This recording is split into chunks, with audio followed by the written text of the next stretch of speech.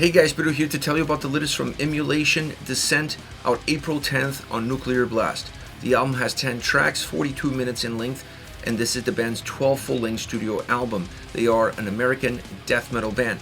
Now when it comes to the design, this album is put together in a flawless way. The record just flows from song to song. You completely lose track of time, and it's not one of those death metal albums that as you start to reach the bottom end of the record, you're almost looking at the clock and at least at the track listing to see when is the end in sight. This album doesn't have that sort of experience and doesn't have a cumbersome experience, rather has a very fluid, dynamic, and engaging one. This allows you to get the most out of the songs, and it also gives the playability to the record that by the time you reach the end and you go through these 42 minutes, you're ready to go back again to the beginning and experience the album all over again.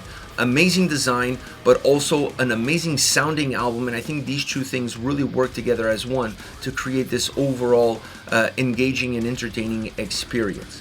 Now, as far as the sound of this record is concerned, you're still going to get a very heavy Immolation style album. But this album also offers a lot more than just a brutal or a heavy death metal sounding record. This album has a lot of darkness in it, and I think that's a very important element throughout this entire record, because that darkness, it's seen not just in the sound and the experience that that same sound creates, it's also seen in the vocal performance and in the lyrical content. So the darkness of the record, in my opinion, is what allows this album to be more approachable, to be easier to digest, to be a record that's much easier to consume. Perhaps one of the most easier approachable records that Immolation has ever created. The atmosphere that comes from that darkness really allows the album to have some pockets of melody. It allows the album to be more dynamic, and definitely allows the album to be multi-directional. This is not a record that just takes you on a single direction from point A to point B in the fastest way possible. This album zigzags quite a bit from song to song and even within tracks. Not afraid of going outside of the norm as far as death metal is concerned, bringing in some almost black metal influences as far as some of the riffs go, and definitely the darkness and the overall experience of the album connects a lot more with a black metal style sounding record than a death metal sounding album. Still a death metal record, still Immolation, but more textured, more rich, with a more creative sound approach all around.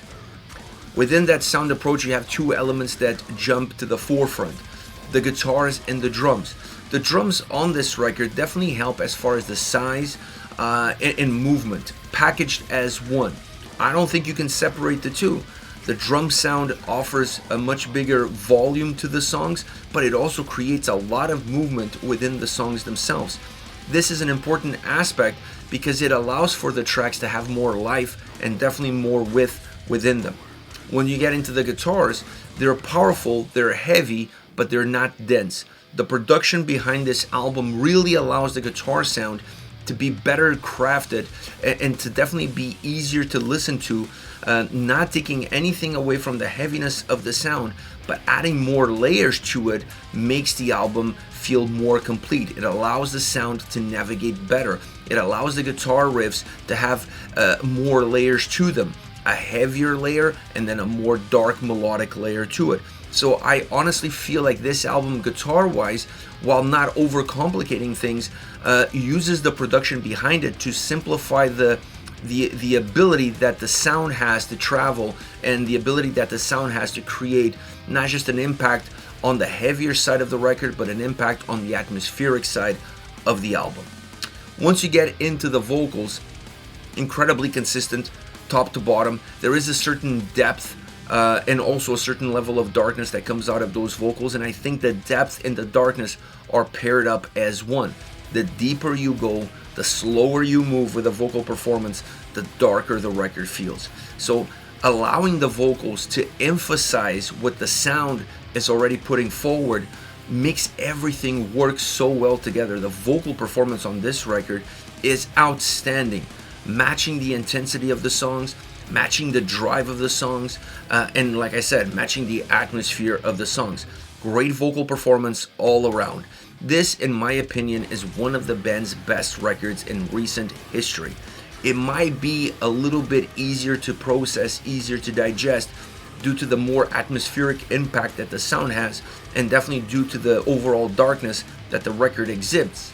But that doesn't take anything away from how good this record is. If anything, it enhances that kind of experience, and it makes the album feel more complete, more rich, and not one-directional. As far as favorite songs goes, I want to start off with These Vengeful Winds. This is the opening track on the record, and I picked this song because being the opening track, you have a lot of weight to carry. You're going to be the track that's going to introduce the album. You're going to be the track that's going to set the tone, definitely set the bar for what the rest of the record is. And this track definitely does that, specifically from a dark atmosphere point of view. This song sets the mood right away from the get-go and allows you to see that this is going to be a very dark and interesting ride. It's a driven song. It has a lot of heaviness, it has a lot of presence. The vocals add to the overall size of the track. They add to the heaviness and also to that same darkness. The overall spinal cord of this track is a very dark sounding guitar riff that feels a lot more melodic black metal inspired than traditional death metal. But that is something that you're going to find throughout the entire album, perhaps a little bit more uncovered on this opening track, and especially because it is the opening track, so you have nothing to really compare it with. But like I said, it sets the tone, it sets the bar for the entire experience on this record. This song has a lot of the same roots, if you will, that the other songs that follows also gonna offer. Then you have the Ephemeral Curse. Now this song is a little bit more robust. This song is not as dark. This song is not as atmospheric. It's not as black metal influence, if you will. It's a song that has size, that has layers, that has heaviness, moves at times a little bit slower, picks up the tempo and others. This creates an internal movement struggle that makes the track feel more robust all around. The solo section on this track brings in a little bit of an old school death metal experience, which allows the track to open up in a different way and perhaps find a way to insert some darkness into a song that overall doesn't have a lot. Using the solo sections, you really add some ambiance to the track, and that's perhaps the only element that you're going to be able to squeeze some darkness out of. It's a song that doesn't have the same atmosphere and the same impact, but what it loses in atmosphere and impact, it definitely adds in heaviness and in aggression. Last but not least, this is an interesting one. I picked Banished. It's an instrumental track, so let me start off by saying that it comes at the bottom end of the record. It's an instrumental track.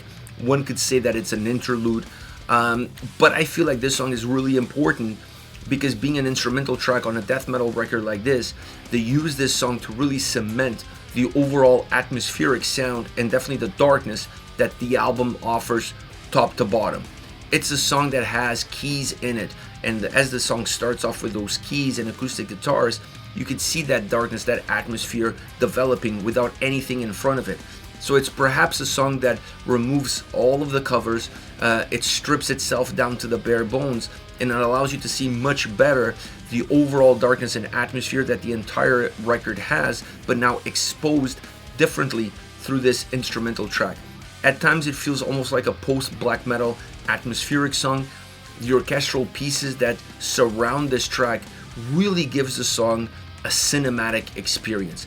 This is an incredibly unique track in the overall design and in the overall experience of the album, but it's such an important song because if you didn't pick up on these elements up until the bottom end of the record, this song is going to jolt you and really make you realize what you kind of been missing all along, because it's been there all along. It's just it has never been as upfront as it is in Banished.